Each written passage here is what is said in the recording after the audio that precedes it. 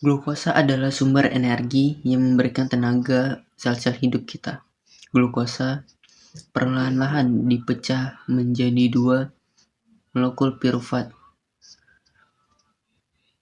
yang mengekstraksi energi dalam rangkaian reaksi enzim yang disebut glikolisis. Glikolisis memerlukan energi untuk dipecah melalui bahan bakar kimia ATP. Sumber utama ATP dalam sel kita ada di organel sel mitokondria. Di dalam mitokondria, reaksi kimia respirasi aerob mengkonsumsi oksigen dari udara yang kita hirup untuk menghasilkan ATP dalam jumlah yang besar.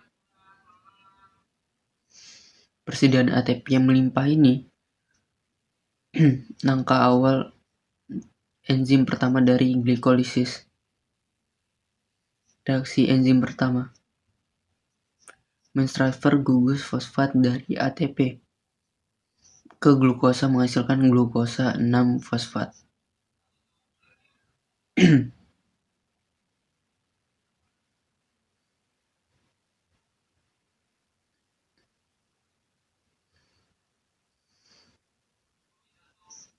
Enzim kedua mengatur ulang glukosa 6-fosfat menjadi isomernya, fruktosa 6-fosfat.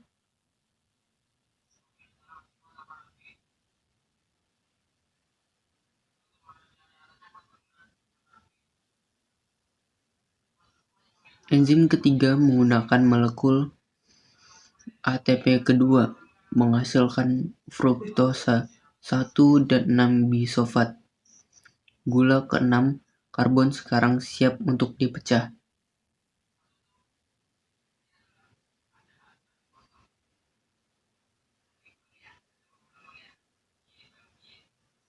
Enzim keempat memotong molekul menjadi 2 sehingga menghasilkan 2 karbon masing-masing dengan 1 fosfat terikat. Produk gula saling isomer, tapi hanya gliseraldehyde 3-fosfat yang siap melakukan glikolisis.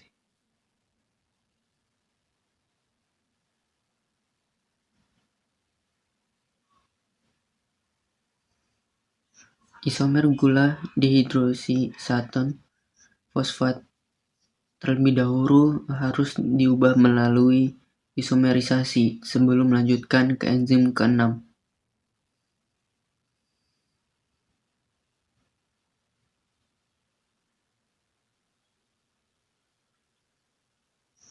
Enzim ke-6 menambahkan fosfat kedua ke gliseraldehyde 3-fosfat menghasilkan 1,3-bisofosfat. Sementara 2 elektron ditransfer ke NAD+ yang diproduksi menjadi NADH. Tengah-tengah glikolisis yang telah dikonsumsi sel, 2 molekul ATP memecah glukosa dan sekarang siap untuk menangkap energi sebagai imbalannya.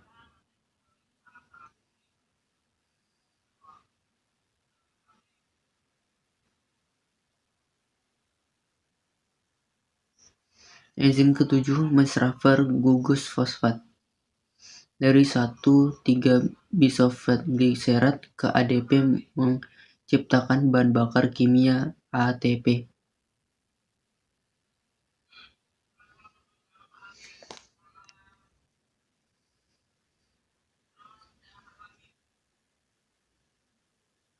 Enzim ke-8 mengatur ulang fosfat dari ujung molekul ke tengah.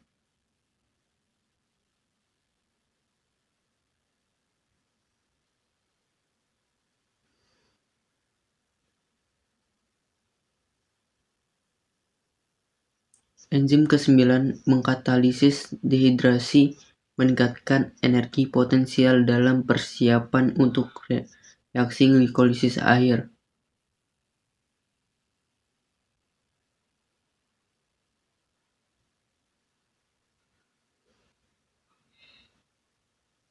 Enzim ke-10 mentransfer Gugus fosfat yang tersisa ke ADP menghasilkan ATP dan glikolisis pirufat 3 gula karbon.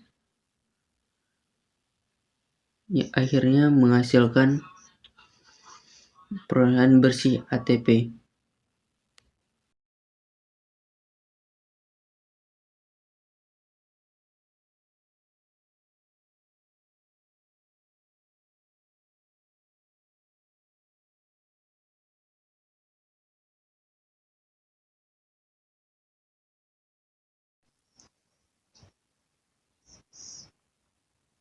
Molekul pirufat adalah sumber karbon dan elektron untuk respirasi aerob di dalam mitokondria. Pirufat memasuki pori-pori pada membran mitokondria dan diangkut ke bagian dalam.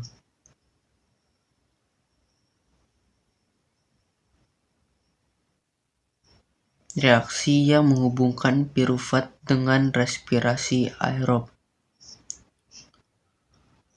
dilakukan oleh kompleks protein yang besar yang dibuat dengan banyak salinan dari 3 jenis enzim.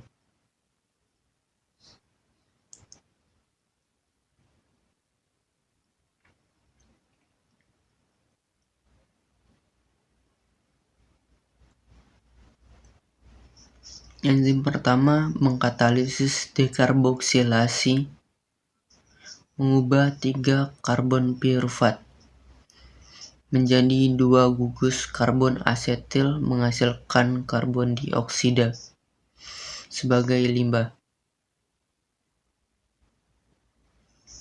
Gugus asetal kemudian ditangkap oleh enzim kedua menggunakan lengan fleksibel untuk mentransfer produk secara efisien antar lokasi reaksi.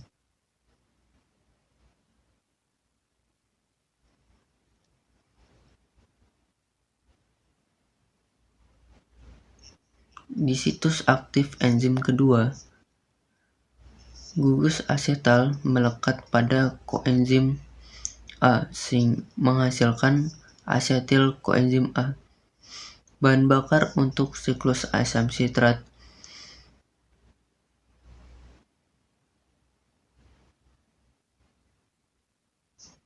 Dua elektron dari oksidasi pirufat ditahan oleh enzim kedua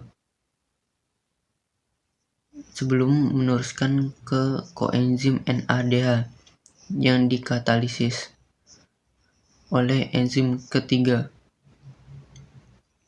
Koenzim NADH bergerak melalui matriks, mengantarkan elektron untuk rantai transfer elektron.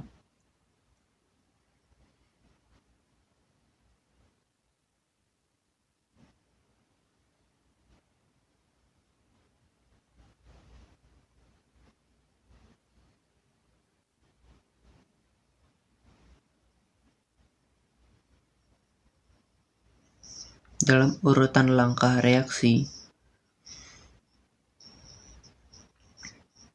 kompleks enzim pirufat dehidrogenase menghasilkan bahan bakar untuk siklus asam sitrat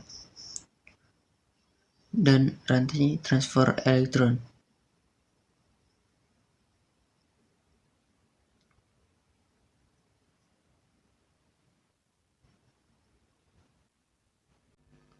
Selama glikolisis, glukosa dipecah menjadi pirufat. 2 fragmen karbon pirufat digunakan untuk membentuk asetil koenzim A. Koenzim A memasuki siklus Krebs yang terjadi di mitokondria.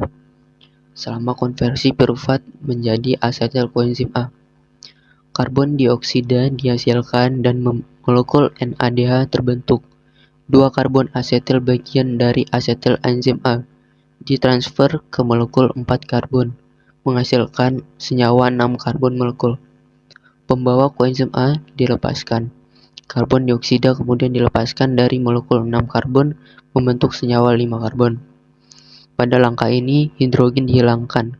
dan dipindahkan ke NAD plus membentuk NADH. Selanjutnya oksidasi kedua dan terjadi lagi karbon karbosilasi NADH dan karbon dioksida. Selain itu dihasilkan molekul ATP. Selain reaksi ini, terbentuk 4 karbon dalam siklus Krebs, yang akhirnya 4 molekul karbon dioksidasi. Hidrogen yang dihilangkan digunakan untuk membentuk NADH dan PADH2. Reaksi ini meregenerasi 4 molekul karbon yang awalnya bereaksi dengan asetil koenzim A. Setiap glukosa dipecah menjadi 2 molekul piruvat selama glikolisis, dan selama glikolisis piruvat diubah menjadi koenzim A yang memasuki siklus Krebs sehingga untuk setiap molekul glukosa, siklus Krebs harus menyelesaikan 2 jalan untuk memecah 2 molekul piruvat secara sempurna.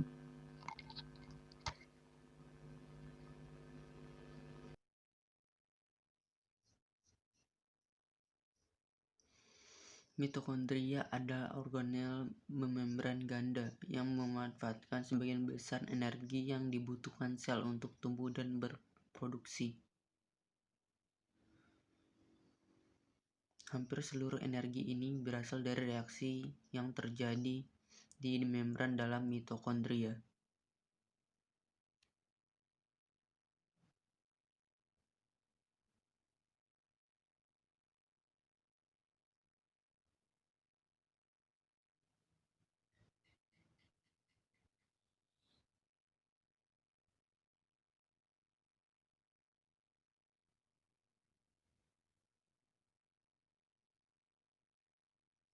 Salah satu peran penting membran ini adalah bertindak sebagai penghalang terhadap partikel bermuatan positif yang disebut proton, sehingga memungkinkan gradien berkonsentrasi dipertahankan ketika ruang antar membran memiliki lebih banyak proton daripada matriks.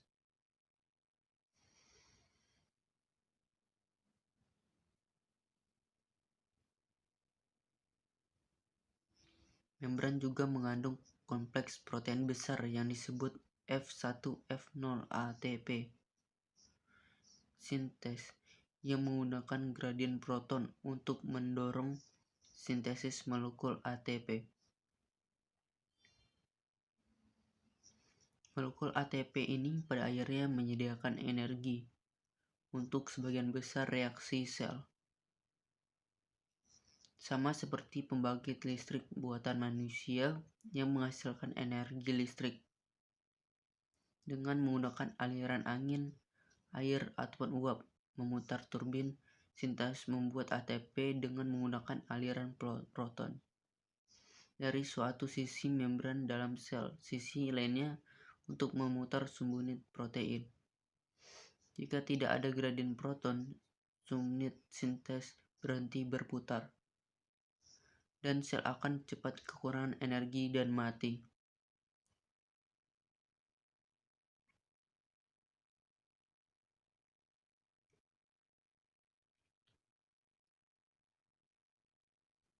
Oleh karena itu, kompleks protein dan molekul kecil ini yang membentuk dan mempertahankan gradien ini memainkan peran penting dalam kehidupan sel. Inti dari sistem ini adalah 4 kompleks protein. Nomor 1 sampai 4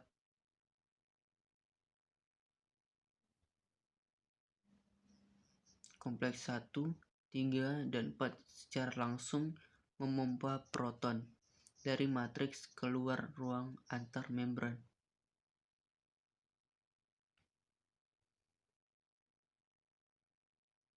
Kompleks 2 tidak memompa proton secara langsung, tetapi mendorong pompa proton kompleks 3 dan 4.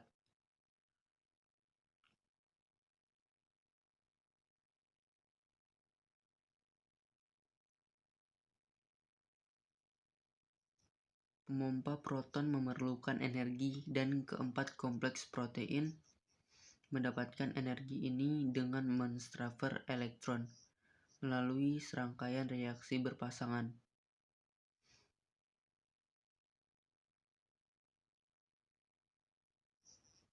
Proses transfer elektron yang saling terkait inilah yang menyebabkan keempat kompleks tersebut secara kolektif disebut sebagai rantai transfer elektron.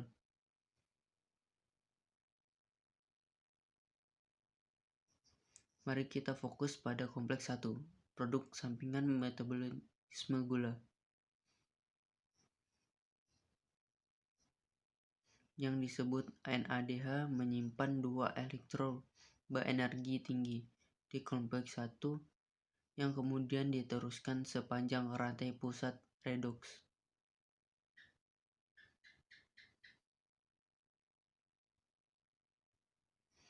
Pusat redoks adalah kumpulan atom yang memiliki afinitas berbeda terhadap elektron berdasarkan konfigurasi atom yang unik. Mari kita perhatikan sepasang pusat redoks untuk mengungkap 2 alasan mengapa elektron berpindah dari pusat redoks atas ke bawah. Pertama, pusat redoks bawah mempunyai afinitas lebih tinggi dibandingkan pusat redoks atas. Jarak antara pusat redoks yang berdekatan ini ideal untuk terjadinya lompatan elektron yang menjelaskan mengapa elektron biasanya tidak melewati pusat redoks bawah.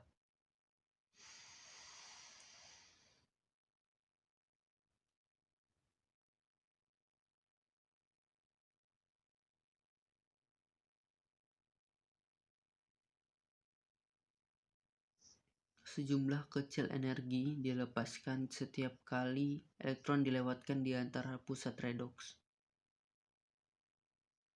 Kompleks 1 memanfaatkan energi ini di seluruh pusat redoks dan menggunakan untuk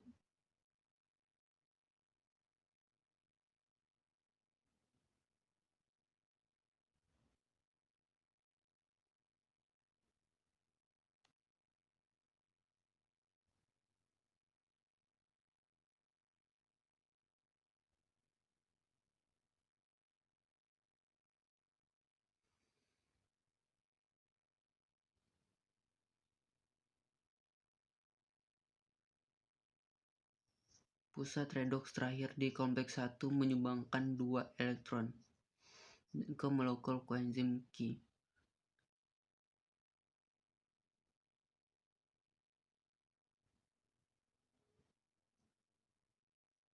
Kompleks 2 mirip dengan kompleks 1 dalam 2 hal penting. Pertama, elektron berenergi tinggi juga memasuki kompleks 2 melalui produk sampingan metabolisme gula meskipun molekulnya adalah FADH2. Kedua, kompleks 2 juga mentransfer elektron antar beberapa pusat redoks sebelum menyumbangkan ke koenzim Q. Namun, suatu perbedaan besar adalah kompleks 2 tidak menggunakan energi yang dibebaskan untuk memompa elektron.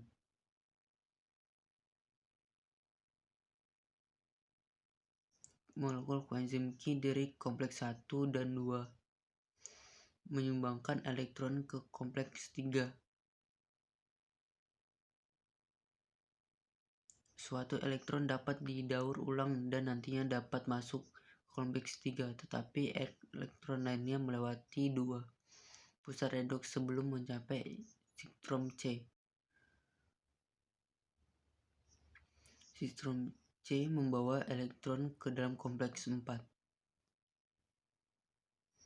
Rantai transfer elektron berakhir di kompleks 4, di mana serangkaian reaksi membran 4 elektron mengubah suatu molekul oksigen menjadi 2 molekul air.